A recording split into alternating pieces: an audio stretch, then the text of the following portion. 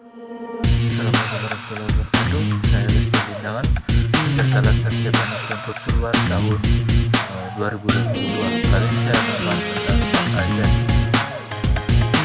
Smart ASEAN saya kaitannya dengan literasi digital. Literasi digital ada 4, yaitu digital skill, kemampuan mengetahui, memahami, dan menggunakan perangkat keras dan piranti lunak.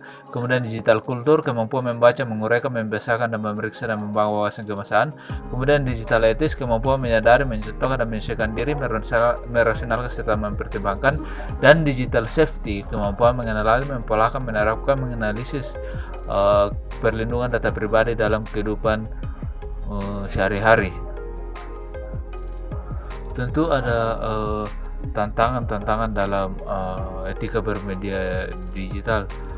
Yang pertama adalah penetrasi internet yang sangat tinggi dalam kehidupan sehari-hari masyarakat Indonesia.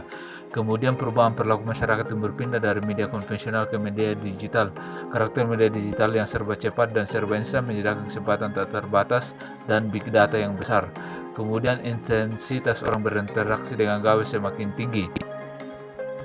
Semua ini tak lepas dari segala aktivitas bermedia sosial. Cara penggunaan mesin pencarian dapat kita gunakan. Yang pertama, menggunakan karakter tanda hubung untuk menghilangkan kata khusus yang tidak diinginkan. Kemudian menggunakan karakter tanda petik untuk mencari kata atau frasa yang lebih spesifik. Kemudian menggunakan istilah OR untuk menemukan salah satu informasi yang dibutuhkan. Misalnya ketik soto ayam OR soto daging. Kemudian menggunakan sinonim dari kata kunci, di mana ketika kita masih ragu dengan istilah yang digunakan, kita dapat menggunakan sinonim dari kata tersebut. Kemudian kita dapat mencari dalam sebuah situs. Misalnya kita ingin mencari informasi mengenai status gizi agar kita dapat valid, maka kita mencari di Kementerian Kesehatan RI. Dan juga menggunakan tanda bintang untuk informasi yang tidak lengkap atau kita tidak hafal. Kemudian mencari informasi di antara dua nilai menggunakan simbol 2 titik dan diakhiri dengan spasi.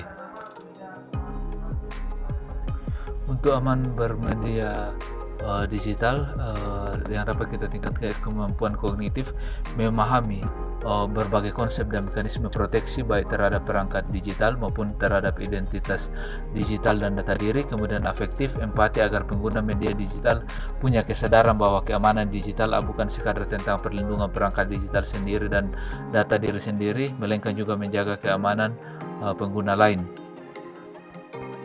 Kemudian konatif atau behavioral, langkah-langkah praktis untuk melakukan perlindungan identitas digital dan data diri.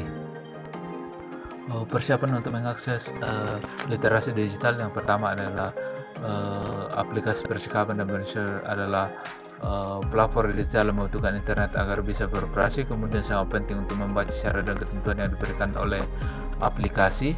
Kemudian mendaftarkan akun membutuhkan data-data pribadi, misalnya nama lengkap, nomor telepon, surat, dan lainnya. Kemudian umumnya 2 metode dalam mengakses sebuah aplikasi, yaitu melalui aplikasi mobile yang dipasang ke perangkat kita.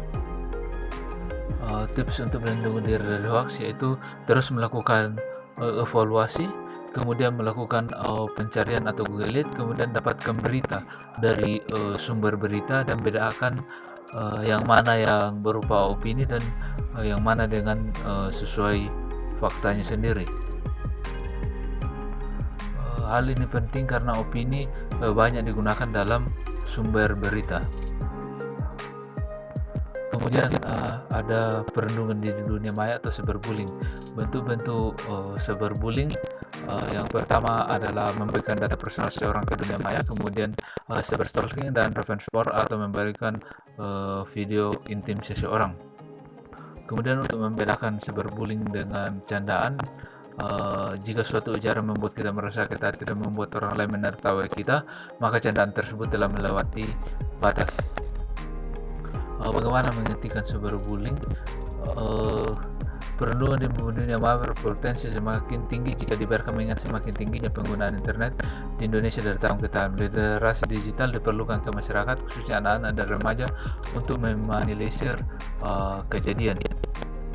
Selain itu, kita dapat melaporkan postingan-postingan yang kita anggap itu adalah cyberbullying. Terima kasih.